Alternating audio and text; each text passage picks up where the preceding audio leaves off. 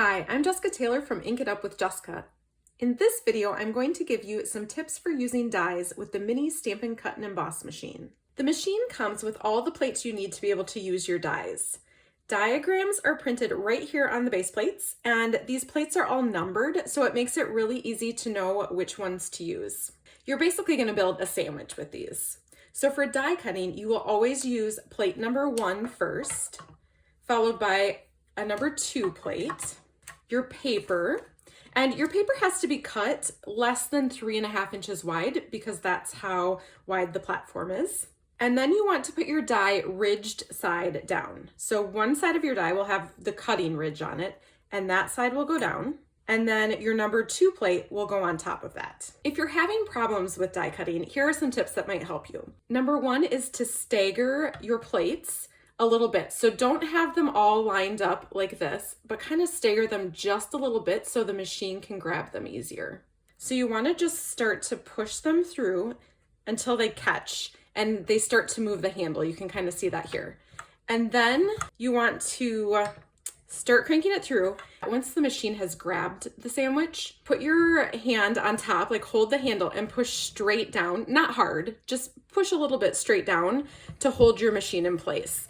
And then you'll just crank it right through. This machine is pretty light, and so it can tend to move around if you don't push down. And there you can see it die cut this flower out perfectly. If your machine does move around a lot when you're die cutting, you just want to take a damp cloth and wipe these black feet off. Sometimes they get dusty or they get extra paper bits on it. Just wipe those off and it should help keep it in place better. Another tip is don't crowd your dies together like this if you are trying to cut more than one image at a time. You want to kind of spread them out over the area of your plate. And so I could cut all these flowers out of this piece of paper, but it would be better and it would cut better if I only cut a few of them at a time. So I would maybe set them up, but then I might just cut these at a time.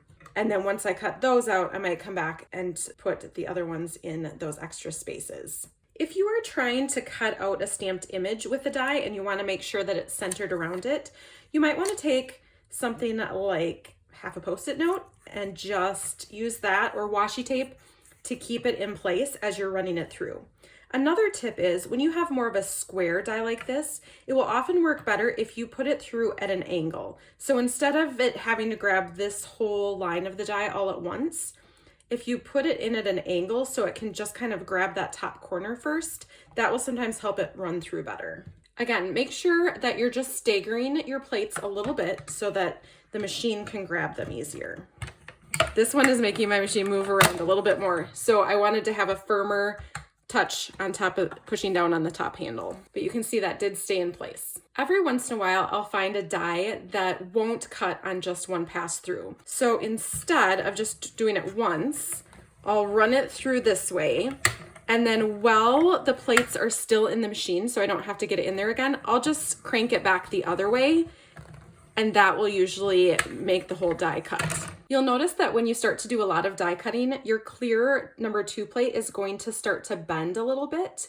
You're gonna want to rotate that. So like you'll rotate it front to back, and then you might want to rotate it this way to this way. You can rotate these, so like you can switch, this was the top one, you could switch and have that be the bottom one. But the more that you rotate those, the flatter they'll stay. They will eventually warp and crack and need to be replaced, but you can purchase more cutting plates from Stampin' Up. Every machine is a little bit different, so if you find you have a die that is not cutting, even though you tried to run it through twice, tried to run it through at an angle, it might just be that there's not enough pressure for that die.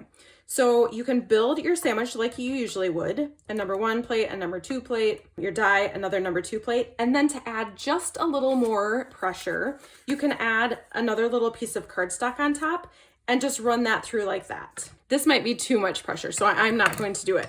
But if you, and that's a good tip right there, if there's too much sandwich there, you don't want to force it through. When you're running through these plates, a little cracking sound, that's normal. But if you really have to force it through, your sandwich is probably too big. So as a reminder, you need to cut your paper to less than 3.5 inches wide so that it will fit through your machine. And you can only use dies that are less than 3 3/8 inches wide. Otherwise, they're not going to fit through here and actually cut. So if you'd like to use larger dies, you'll want to go with a larger Stampin' Cut and Emboss machine. To learn more die cutting techniques, you'll want to take my Step Up Your Cards with Die Cutting and Embossing class. It's actually free if you purchase a cut and emboss machine through me. Otherwise, you can find the class at the link below. Thanks so much for watching and happy die cutting!